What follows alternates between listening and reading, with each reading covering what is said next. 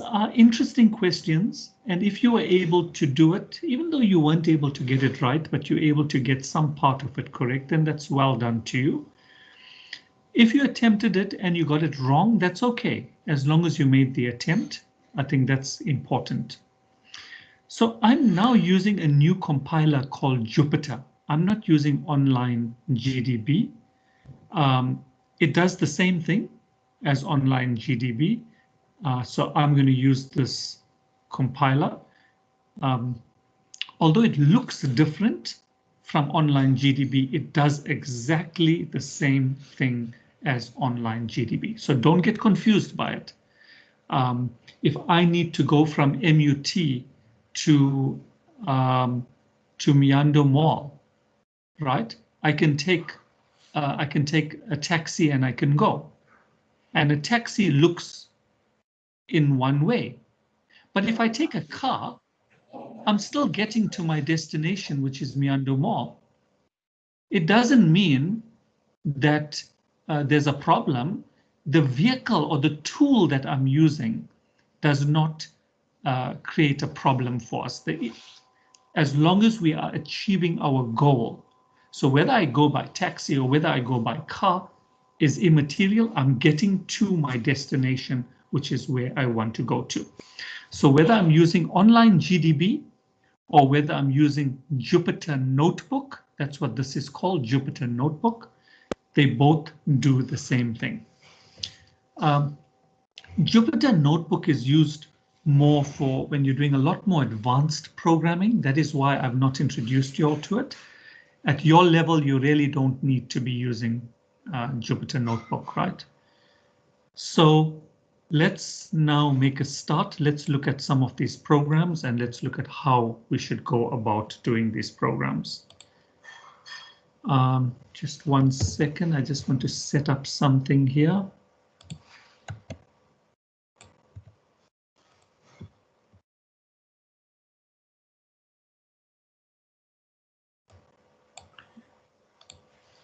Okay.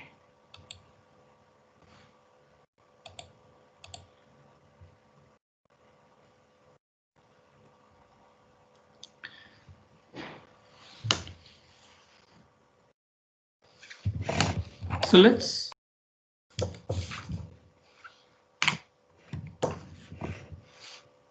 let's look at question 1. Write a program to input an employee's salary. So immediately we know what the input is. We need to input the employee's salary. Okay. The deductions for the employee is as follows. So the employee receives a salary and there are deductions that are made. Deductions are amounts that come out from the salary. So the first deduction is tax, right? The first deduction is tax. I'm just trying to sort out my pen. Okay, so the first deduction is tax. And the tax is not a fixed rate. The tax is calculated based on what your salary is. So if your salary is less than 10,000, then your tax is 15%. If your salary is greater than 10,000 but less than 20,000, then your salary is 20%. And similarly, if it's greater than 20,000, then your tax. So your tax that the employee pays depends on how much of salary that they are earning. That's the first deduction, tax. The second deduction is pension. And the pension is 6% of the employee's salary. So there's no checking that's required when you're working out the tax. Here it's just straight pension is 6%. The third one is UIF. UIF stands for Unemployment Insurance Fund. And the UIF depends on the salary. If the salary is less than 5,000, the UIF is 8%. Otherwise, the UIF is 10%. So the first step is going to be, let's get the employee's salary. So I'm now typing in Jupyter Notebook, which is going to look different, but the commands are still going to remain the same. So I'm going to keep, because it's a money amount, I'm going to convert it to a float. I'm going to say input, and I'm going to request the user to enter the employee's salary. There we are. That command should look exactly the way you would type it in online GDB. So there we are, salary. I'm inputting that from the user. Now let's calculate the first deduction. Now the first deduction is the tax. So this is a comment, right? The comment is not interpreted by the computer.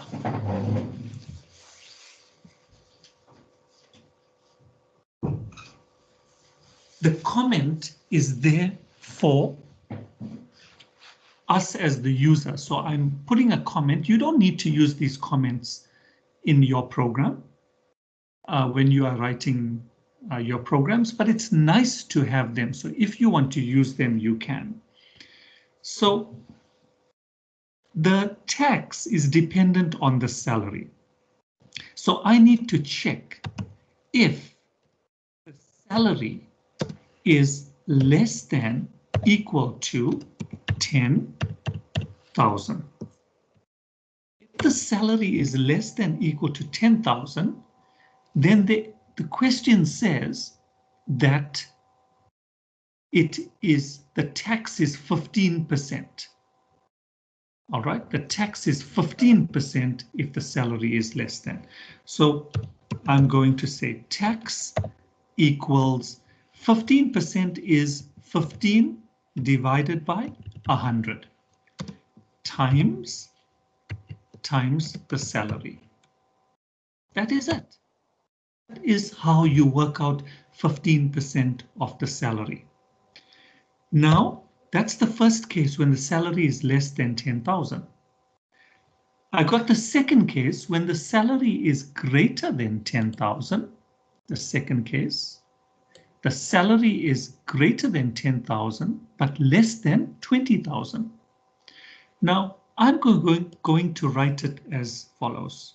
So I'm going to say else if, and I'm just going to say salary less than equal to 20,000. Now, some of you are probably thinking, but I should be checking if the salary is greater than 10,000. Now, if you look at the first if checks if it is less than equal to 10,000. And if it fails, it means that it has to be greater than 10,000. So I don't need to check it. I can go straight and check else if sal is less than equal to 20,000, because it's understood that the salary has to be greater than 10,000, because if it was less than 10,000, it would have come into the first part of the if, and that condition would have been true. So for this condition to fail, it means that the salary is greater than 10,000. So we're just ensuring that it is less than 20,000. Now, what is the tax? The tax is equal to 20%, which is 20 divided by 100 times the salary. Then the last case, else, else means if it is not the first case, fails, the second case fails, then it automatically goes into the else. For the first and second case to fail means the salary would have been less than 20,000. And if it failed, It's not less than 20,000 means it's greater than 20,000. So that satisfies the last case. And the tax is 25%. Tax equals 25 divided by 100 times the salary. Here I've now worked out the tax. And notice the only thing I did was I calculated the tax based on the salary. Now let's calculate the pension. So I'm going to put a comment again. So here I'm working out the pension. This as again, it's not for the computer. The computer ignores the comments. That is for our purpose. I'm working out the pension. And the pension, I'm going to create a variable called pension. And I'm going to say pension is 6% of the salary. 600 times the salary. That's it. I'm done with the pension. Okay. The third part wants to check for the UIF. So let's put a comment. UIF. And the UIF again is dependent on the salary. The UIF is dependent on the salary. That means we need to check the salary. So if salary is less than equal to 5,000, then your UIF is equal to what is this? 8%. So that's 8 times the salary. So the second option, greater than, simply means else. If it's not the first one, then the second one is else.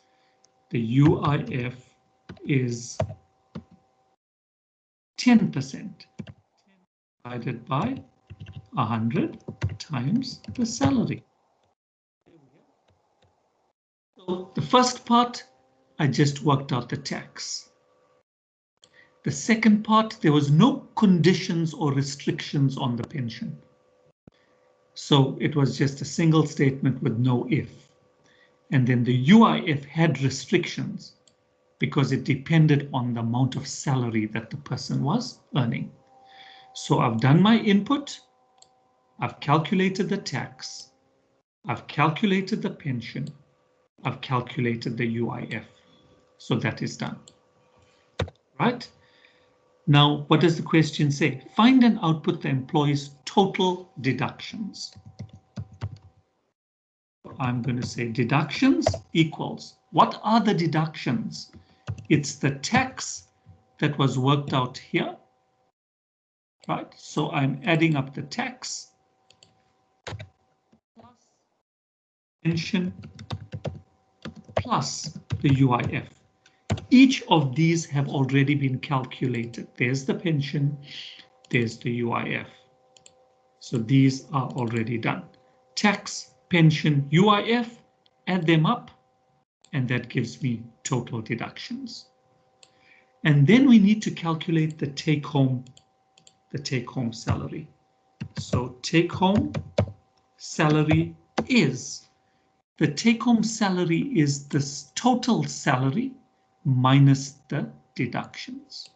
So I put down the person's salary minus the deductions, and I've got the take-home salary.